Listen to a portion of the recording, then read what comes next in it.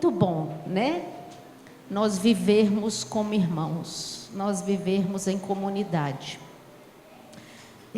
Antes de nós abrirmos a palavra de Deus, eu queria orar com vocês. E também dizer que essa igreja tem um significado especial na minha vida, né? Meus filhos foram dedicados ao Senhor aqui. Na época, a irmã Aparecida frequentava e trabalhava aqui nessa igreja. E sempre foi uma pessoa muito querida, muito amiga. E muitas vezes ela me convidou para vir aqui no culto do poder, para a gente partilhar a palavra de Deus. E na época nós fomos inspirados por Deus a dedicar nossos filhos aqui, né? Meus 2 filhos, a Laura e o Guilherme, foram dedicados ao Senhor aqui, no culto do poder. Então, esse lugar tem lembranças e um significado muito especial para mim. Vamos orar ao nosso Deus mais uma vez.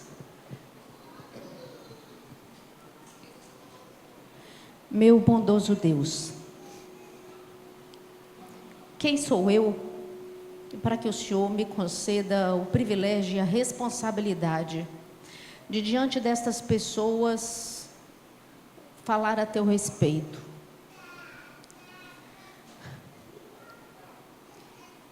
Perdoa os meus pecados, limpa a minha mente, que retira de mim toda soberba,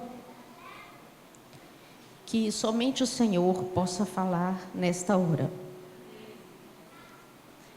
Abra as mentes aqui, inclusive a minha, para que nós possamos entender que o teu grande sacrifício, o teu grande desejo em nos salvar, não pode nunca ser menosprezado em nenhum instante da nossa vida, mas que ele precisa nos mover a um desejo de sempre te servir, de sempre retribuir, de sempre sermos gratos e nos trazer a certeza de que um dia nós estaremos juntos. Eu oro a Ti, porque eu entendo que o que Jesus fez por mim pode me dar o privilégio de estar diante de Ti para orar e para falar contigo. Amém. Abra sua Bíblia no livro de Lucas, o capítulo 15.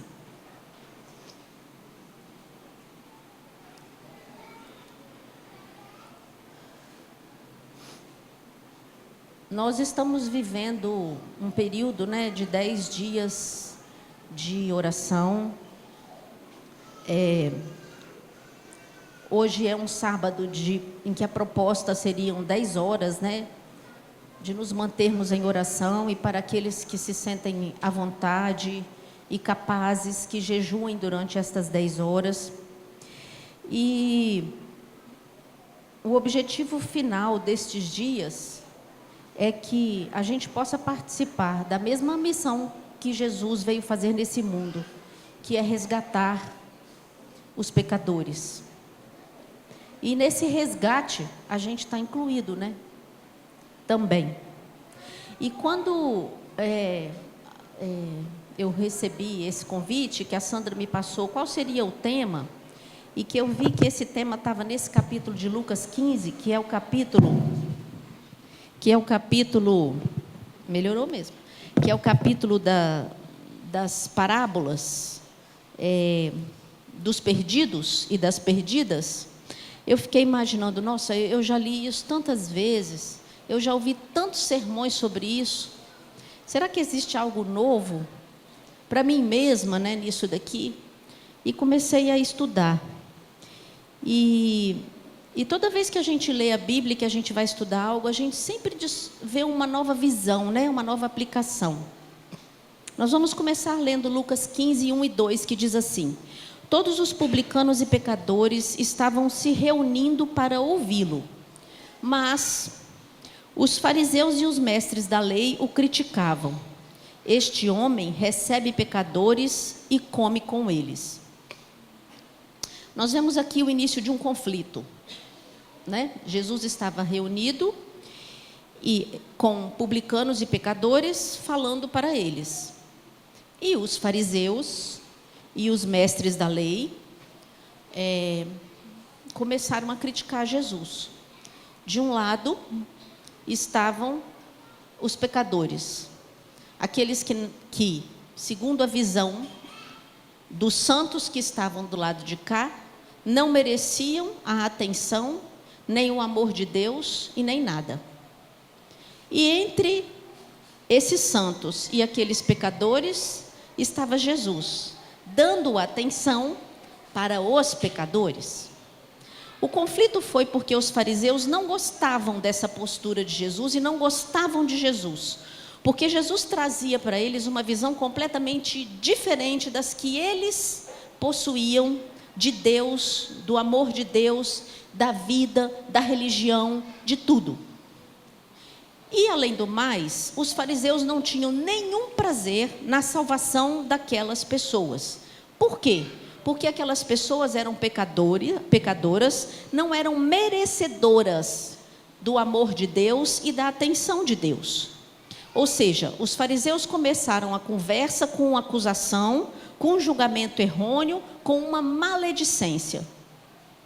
Jesus podia ter virado para eles e com toda a autoridade dito para eles quem eles eram, que eles estavam errados, que Deus não era desse jeito que eles estavam pensando, que na verdade os perdidos e pecadores eram eles e que eles iam tudo queimar no fogo do inferno. Podia ou não podia ter dito? Podia. Mas esse capítulo, esses 2 versos, para mim, me mostram uma coisa extraordinária de como que Jesus resolvia conflitos, de como que Jesus chamava a atenção das pessoas com respeito, com dignidade e sem ofensas. Então, Jesus não brigou, Jesus não agrediu, Jesus não passou um sermão, apesar de ter toda a autoridade para isso. Jesus contou 3 histórias. Olha que jeito estranho, né? E diferente de resolver um conflito e de se defender. Jesus era muito focado na sua missão. Jesus veio a esse mundo revelar o amor do Pai. Veio libertar, salvar o perdido. Jesus veio devolver a vida eterna. Esse era o seu foco. Não era se defender, não era se justificar. Que tipo de pecador que Jesus veio salvar? Será que isso inclui a mim? A Bíblia diz em Romanos 3,12 que não há ninguém que faça o bem, nenhum sequer. Nenhum. Nem você, nem eu. Romanos 3,23 diz que todos pecaram e estão destituídos da glória de Deus, ou seja, estão sem a glória de Deus. E Romanos 7,19 é o grande conflito da minha vida. Eu não faço o bem que quero, mas o mal que quero, esse eu faço. E o bem que eu quero, esse eu não consigo fazer. Mas eu vou falar para vocês, isso não se aplica a mim. Eu sou adventista de berço, eu nunca me afastei da igreja, eu nunca adulterei, eu nunca roubei nada, eu nunca cobicei, sabia? Eu guardo o sábado, entendeu? Eu não tomo o nome de Deus em vão, eu sou uma pessoa boa, eu sou muito boazinha. Não tenho o que vocês falarem de mim, não. Era assim que o fariseu pensava, não era? Era assim. Eu sou bom, eu faço tudo certo, eu sigo a lei, eu faço tudo certinho, tudo que Deus manda, tudo que Deus pede, né? Olha só minha roupa, compridinha, comportada, entendeu? Não, eu sou uma cristã exemplar. Sabiam vocês que esse pensamento de soberba, de orgulho, de autossuficiência, já impede que o Espírito Santo de Deus atue na minha vida? Vai atuar na minha vida para fazer o quê, se eu já me acho 100%? Como que ele vai agir em mim? Ellen White diz que o verdadeiro conhecimento de si próprio induz a humildade que abrirá o caminho para que o Senhor desenvolva o espírito, molde e discipline o caráter. Conselho aos pais, professores e estudantes, na página 419. O verdadeiro conhecimento de si próprio induz a humildade. E esse verdadeiro conhecimento, ele acontece quando a gente olha para Jesus. Quem ele era, como ele era, quem Ele foi.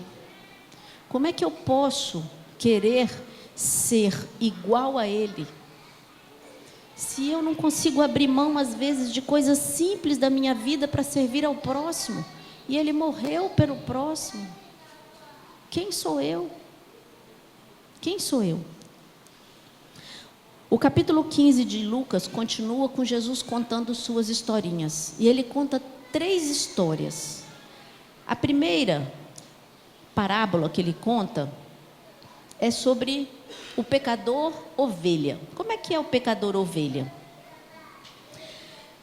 Jesus conta a história falando assim: quem de vocês que tendo 100 ovelhas e que uma se perde, não vai deixar as 99 lá e vai atrás dessa uma única que se perdeu, e encontrando essa ovelha, coloca ela no ombro, vem todo feliz, chama os amigos, chama todo mundo para comemorar porque perdeu uma ovelha? 100. Ele perdeu uma. Ele perdeu uma. Essa parábola, ela tem uma coisa interessante. O pastor sai em busca dessa uma única. Dessa única. Não tem um número inteiro menor do que 1. 1 é o menor número inteiro, certo? É o mínimo. É o mínimo. Jesus morreria por 1. Por 1. Jesus veio salvar a todos, mas Ele viria exclusivamente para você, se você fosse o único pecador da face da terra. E quando o pastor encontra essa ovelha, o que ele faz? O que você está fazendo aqui? Por que você não está lá junto com as outras? Quem mandou você sair por um caminho que não era? Você viu que estava todo mundo aqui, para que você veio para esse canto? Você não está vendo que você está no caminho errado? Bora, levanta, vem, vambora. Assim? Não. Pega no colo, acolhe, põe no ombro. Vamos embora para casa. Te achei, que alegria. Você vai para casa comigo. A ovelha mostra o pecador que sabe que está perdido. Sabe que está perdido. Estava lá, no meio das outras, de repente, uma coisa diferente atraiu, foi comer um capim ali mais longe, resolveu descer um pouquinho mais o rio, e foi andando, estava atraente, estava interessante, estava legal, quero ver mais adiante, deixa eu ver o que tem aqui, como é que é isso, como que é aquilo, e foi se afastando, de repente, o que eu estou fazendo aqui? Não tem nada a ver comigo isso que eu estou vivendo. Não é isso que eu queria. Não estou feliz. Eu sinto um vazio. Estou amarrado, estou enredado com tantas coisas dessa vida. Não consigo me desvencilhar. Não consigo largar essa droga. Não consigo largar essa bebida. Não consigo largar esse cigarro. Não consigo deixar de ir nesse lugar que eu não devia ir. Não consigo deixar de ter esses pensamentos. Não consigo deixar de acessar esses sites. Como eu me meti nisso? Como é que eu saio disso? A ovelha sabe que está perdida. A ovelha sabe que precisa voltar, mas qual é o caminho? E o pastor, amorosamente, sai em busca dessa ovelha perdida. Não só para mostrar o caminho de volta, mas para colocar no colo e trazer de volta para casa. E não há derrota para Deus. A história da ovelha não tem derrota. Não tem um pastor que volta triste porque não encontrou sua ovelha. Não tem um pastor que volta chorando com uma ovelha morta em seu colo. Tem um pastor que volta com uma ovelha em seus braços e que chama os amigos para comemorar. Para a salvação, Deus deu o primeiro passo. Enquanto você está rebelde, longe dele, sem saber o que fazer, ele sai para te buscar, sai para te trazer de volta, sai do seu conforto para buscar você. Os judeus, eles ensinavam que o pecador tinha que se arrepender para então ser oferecido o amor de Deus. Para eles, o arrependimento era uma obra pela qual os homens tinham que praticar para poder ganhar o favor divino. Por isso eles estavam indignados, porque Jesus estava comendo com pecadores. Como que ele está ali com gente que nunca se arrependeu do que fez, do que está fazendo de errado? Como que ele está com esse pessoal que fica cobrando imposto da gente, que eram os publicanos? Como? Esse povo não merece o amor de Deus. Era isso que eles pensavam.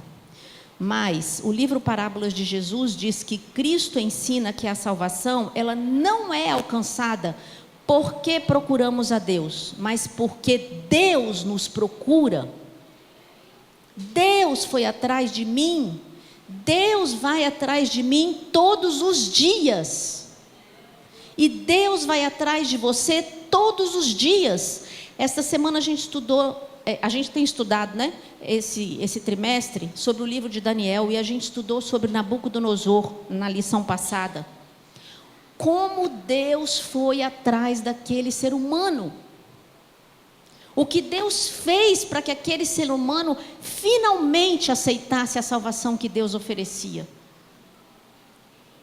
E é assim comigo e com você. Não pense você que as coisas que acontecem na sua vida são coincidências ou fazem parte do fluxo normal dessa vida. Todas as coisas vão acontecendo porque Deus vai te buscando. Não nos arrependemos para que Deus nos ame. Não é para isso que nós nos arrependemos. Porém, Ele nos revela o seu amor para que nós nos arrependamos. Quando você percebe o amor desse Deus que te busca, que te abraça, que te acolhe, que te quer, então você enxerga: o que eu estou fazendo? Por que eu fiz tudo isso? Por que eu andei tão longe? Por que eu fui para caminhos tão ruins? E quando a gente enxerga esse amor e aceita, qual é o resultado? Eu preciso também ajudar outros. Eu preciso atuar em nome de Jesus para salvar outros. E quando outros vêm, quando outros retornam, o que nós que estamos no aprisco, o que nós que somos as 99 fazemos? Como é que a gente tem acolhido? Como a gente tem recebido? Os rabinos e fariseus, eles entenderam, quando Jesus contou essa parábola, que ela se aplicava aos publicanos. A ovelha perdida eram os publicanos, eram aqueles pecadores. Mas essa parábola tem um significado ainda maior do que ser só para os publicanos e pecadores. Essa parábola tem uma aplicação para mim e para você, e para o mundo inteiro. Em todo esse universo, com todos os mundos, planetas, sóis, galáxias que existem por aí, e com mundos que não cederam à tentação, Jesus veio para salvar este único planeta. Nós somos um átomo aqui. Esse mundo é um átomo, é como se fosse um átomo no universo inteiro. Mas Jesus veio para nos salvar. Isso fez com que os fariseus pensassem o que eles estavam fazendo com a missão que eles, que tinham um conhecimento de Deus, estavam fazendo para salvar os perdidos e os pecadores. Então Jesus deu aos fariseus uma repreensão, sem, no entanto, ofendê-los. Mas também existe outro tipo de pecador que precisa ser resgatado. Alguma vez na vida você já perdeu alguma coisa que era muito importante e que você se estressou muito procurando aquilo? Um documento, já, né, olha lá, ele levantou a mão. Ai, não é ruim quando a gente perde um negócio e a gente procura, não acha? E a gente está precisando daquilo. E a gente naquela angústia, naquela aflição, naquele sofrimento, procura e procura aqui, revira ali, revira não sei aonde, às vezes liga para alguém, né? Não está na sua casa, eu não esqueci aí. Mas a coisa que está sendo procurada não está nem aí para você. Nem sabe que está sendo procurada, nem sabe que você está sofrendo por conta daquilo ali. Não é verdade? Não sabe. Que aplicação mais esquisita, né? Pois é, Jesus fez essa aplicação para a vida espiritual. Contou a história de uma mulher que tinha 10 moedas, que eram moedas muito importantes naquela época, porque era um dote de casamento, era um costume da época, né? A moça se casava, recebia um dote, 10 moedas de prata, porque tinha se casado. E era muito importante aquilo para ela, porque ela guardaria aquilo para que quando a sua filha se casasse, ela daria aquele dote. E um belo dia ela foi olhar as suas moedas e o que aconteceu? Uma moeda não estava lá, só tinham 9. Das 10, só tinha 9. Gente, como que eu fui perder? Como que uma saiu daqui desse lugar? Estava guardada na caixinha, fechadinha, bonitinha. E como que isso aconteceu? E ela faz um esforço tremendo. Tremendo, ela varre a casa. Naquela época não era piso bonito assim não, né? Era meio que chão batido. Tinha palha no fundo, era difícil procurar alguma coisa. Ela tem que varrer, ela tem que tirar o lixo todo, ela tem que botar não tinha luz elétrica, tem que botar uma lamparina, uma candeia. Vocês sabem o que é lamparina? Quem sabe? Olha, muita gente, né? Aquele negocinho assim, ó, de metal, aí dentro tem um barbantinho assim, né? Uma cordinha. E aí lá no fundo, também já vi uma quando era criança assim, ó, eles botavam um pano, faziam uma tirinha com pano, lá dentro põe o querosene, né? O paninho fica molhado de querosene, e aí você põe o fogo, aquilo ali, né? Sou velha, gente. Depois veio o lampião a gás, né? Iluminava mais, fazia um barulho. Ficava soprando assim o tempo todo aquele negócio aceso. Já fiquei em casa de roça com lampião a gás, com lamparina, muito legal. Mas a luz elétrica é outro papo, né? É legal ir lá um pouquinho e ficar assim. Então, era aquele sacrifício. A moeda sabia que estava perdida? Não. Tinha a mínima noção. A mínima noção de que estava perdida. Mas uma coisa a moeda não sabia. Ela era uma moeda de prata. Ela era uma moeda de valor. E onde é que ela estava? No lixo, no pó, suja. Por isso ela tinha menos valor? Tinha, gente, menos valor? Não, não tinha menos valor.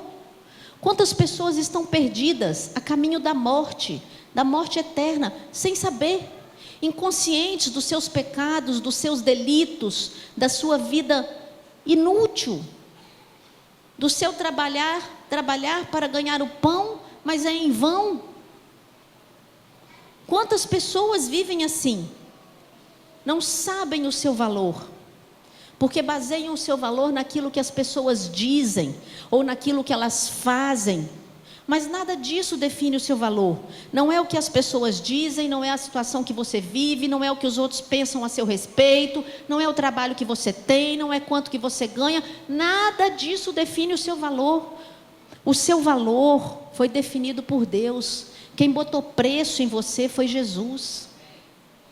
E isso deve ocupar a nossa mente, para que a gente não se sinta menosprezado, com uma autoestima ruim, quando as coisas não vão bem, quando os amigos nos traem, quando o amor da nossa vida nos trai, quando os filhos nos abandonam. Todas essas coisas são importantes, mas quem define o nosso valor é Deus. E por fim, Lucas traz uma terceira parábola, talvez a que mais nos toca, porque envolve pessoas, envolve família, envolve o amor de pai, o amor de filho. A parábola que mostra o pecador que é um filho pródigo, mas que também mostra o pecador do filho que está dentro de casa. Aquele filho fala que um dia está cansado das regras da igreja, me sinto sufocado aqui, esse negócio de todo sábado, olha o dia lá fora, um monte de gente na praia, olha quanta coisa que eu posso fazer, que eu posso viver, olha quantas coisas que eu queria usufruir, experimentar, não faço nada nessa vida, só ir para a igreja, só oração, só culto, não pode isso, não pode aquilo outro, cansei, enjoei. Me dá meu dinheiro, me dá o que é meu, que eu vou viver a vida do jeito que eu quiser. Uma escolha própria. O amor do pai o sufocava. As regras da casa eram demais. Queria fazer coisas que meu pai não deixa, não me dá dinheiro para eu fazer. Então me dá esse dinheiro aqui que é meu, que eu vou fazer o que eu quiser. E foi viver a vida de forma irresponsável. E um dia, é como a Bíblia diz, né?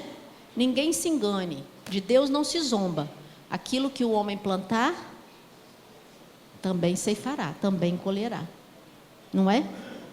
A colheita, a semeadura é uma escolha, mas a colheita, ela é infalível, ela é de acordo com a semeadura. E veio um tempo que teve fome naquela terra, e aí? Passando fome, sem dinheiro, sem amigos, sem nada. Indo cuidar de porcos, querendo comer a comida dos porcos, a lavagem. Ele caiu em si. Claro que ele sabia que estava perdido, sabia do que tinha feito. Caiu em si dos seus erros, falou, eu me enganei.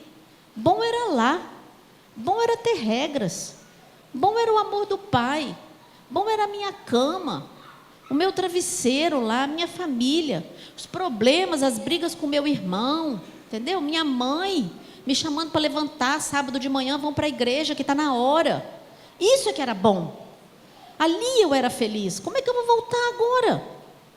Sabe, aquela pessoa que volta sozinho, por si só. Mas qual é a atitude do pai? Bonito, né? Agora você vem aqui pedir arrego, pedir para eu te ajudar. Se vira agora, quero saber não, foi isso? Você fez isso de errado, você fez isso, aquilo outro. Não, o pai não quer nem que ninguém veja a sujeira, o fedor que está aquele filho. Ele pede, traz roupa nova, traz roupa limpa, porque eu vou cobrir tudo isso. Vamos fazer uma festa, vamos nos alegrar. No meu coração era como se esse filho tivesse morrido, e agora ele ressuscitou, ele está vivo de novo. Acolhimento, sabe? Acolher, sabe? Não julgar o outro, sabe? Não ficar acusando, não se achar melhor que o outro. Isso que as pessoas precisam, de serem acolhidas, de serem amadas. E se você é uma pessoa que se afastou um dia dos braços do pai, eu vou lhe dizer uma coisa. Não espere estar melhor ou ser melhor para ir para Deus. Isso não existe. O que nos torna melhores, o que nos faz ser melhores é Deus. A gente não tem como, com os nossos esforços, sermos melhores para irmos para Deus. O diabo vai estar sempre tentando te acusar e dizendo que você não merece, que você não presta, que você fez tudo errado, que você sabia que aquilo não devia ser feito e você fez, que você sabia que não podia ter agido dessa maneira e você agiu, que você sabia que tem determinados sentimentos que você não pode ter, mas você tem. Repita sempre aquilo que Jesus disse: o que vem a mim, de modo algum o lançarei fora. São João 6,37. Jamais você indo a Deus, Ele te lançará fora, porque Deus está te buscando todos os dias, todos os instantes. Ele só espera que você se volte para Ele e caia nos seus braços. E se você se sente na casa do Pai como o filho mais velho, eu estou aqui, eu faço tudo certo, tudo que Deus me pede eu faço, Deus precisa me abençoar porque eu sou uma pessoa fiel.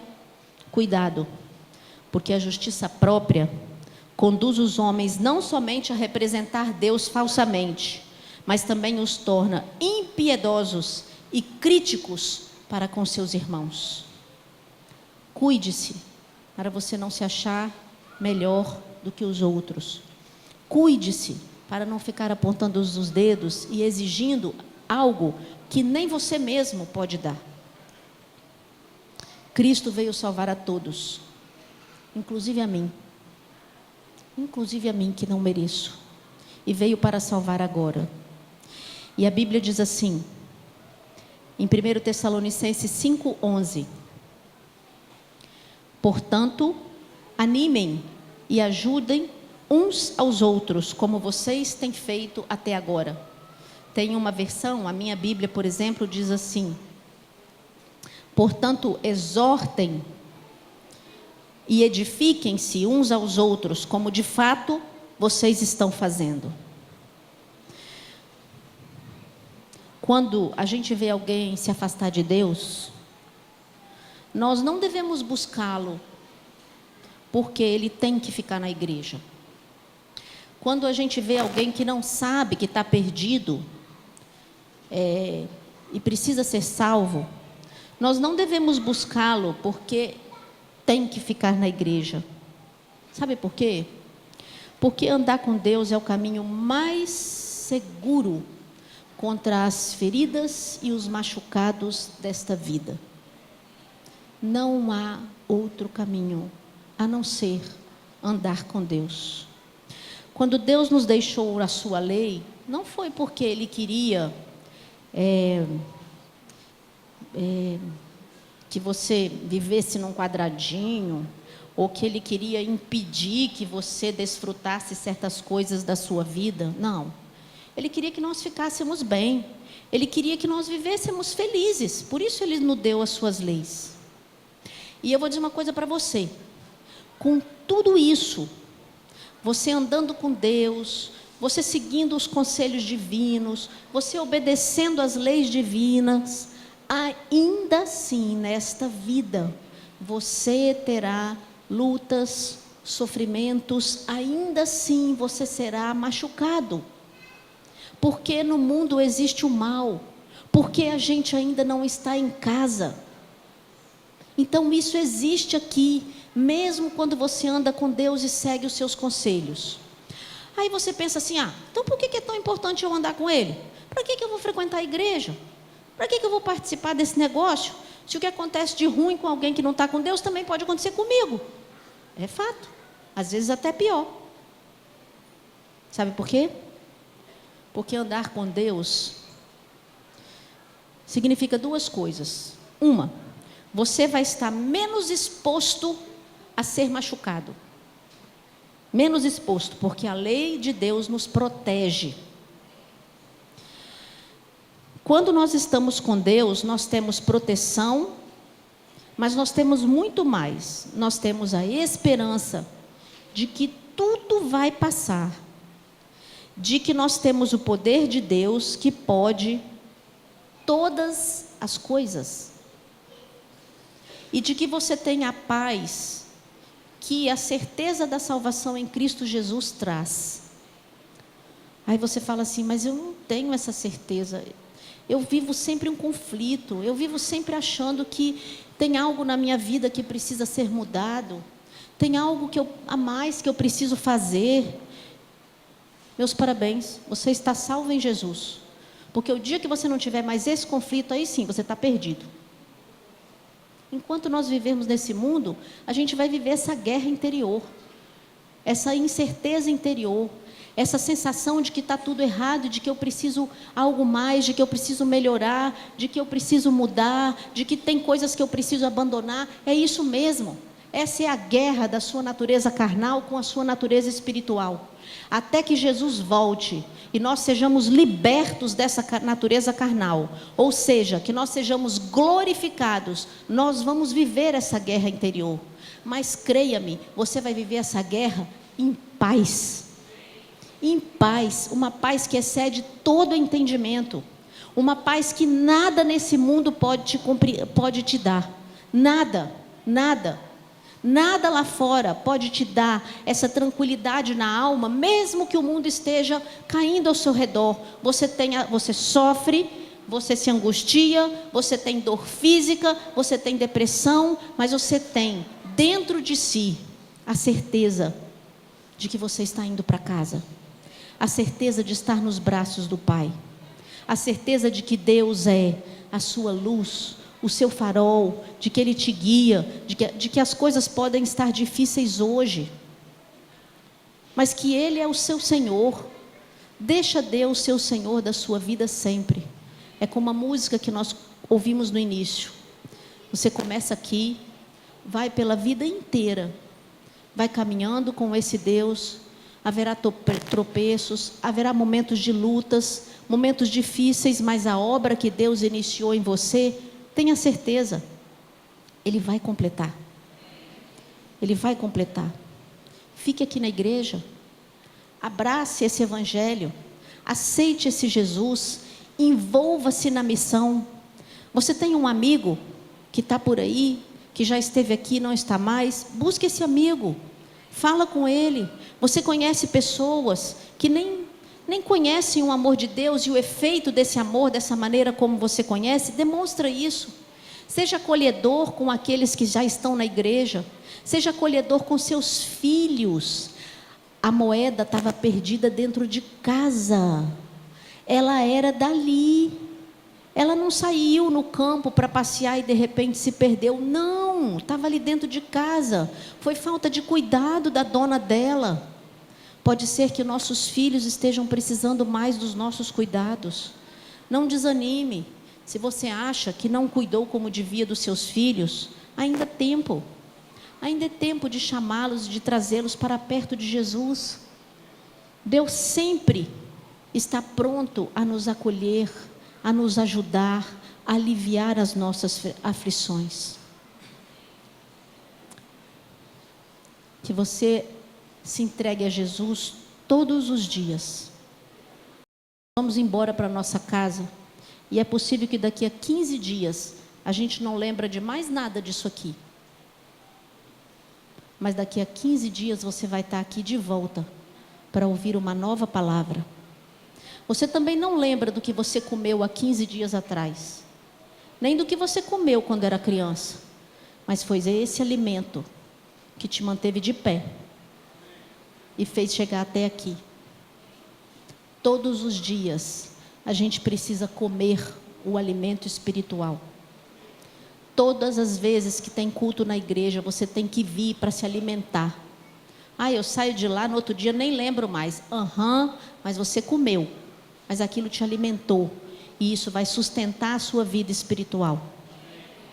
Alimente-se da palavra, entregue-se a Jesus, hoje, aqui, agora, mas entregue-se amanhã, entregue-se depois de amanhã, se envolva nesta missão hoje, amanhã, depois da manhã, semana que vem, ano que vem. Enquanto você viver, você vai lutar, você vai batalhar, você vai chorar se for preciso, você vai sangrar para estar ao lado de Jesus, para amar esse Deus, para compreender cada dia mais o seu amor. E você vai ficar tão cheio disso que não vai caber em você. E você vai mostrar isso para as outras pessoas. Nós vamos ouvir a Daniela cantando. E ao final nós vamos orar juntos, para que isso seja real na nossa vida. Para que Deus seja o nosso tudo, nossa luz, nosso guia, para que a gente nunca se afaste dele. Obrigada, Daniela. Eu não sei qual é a sua experiência de filiação na sua vida. Talvez você tenha tido um pai ausente. Talvez você tenha recebido pouco carinho, pouca afeição. Talvez você tenha sido muito cobrado na sua vida. E chamar Deus de Pai, e isso ser significativo para você, talvez seja muito difícil. Mas deixa Deus, inclusive, curar isso em você. Deixa Deus ser o Pai. O Pai que nenhum de nós teve.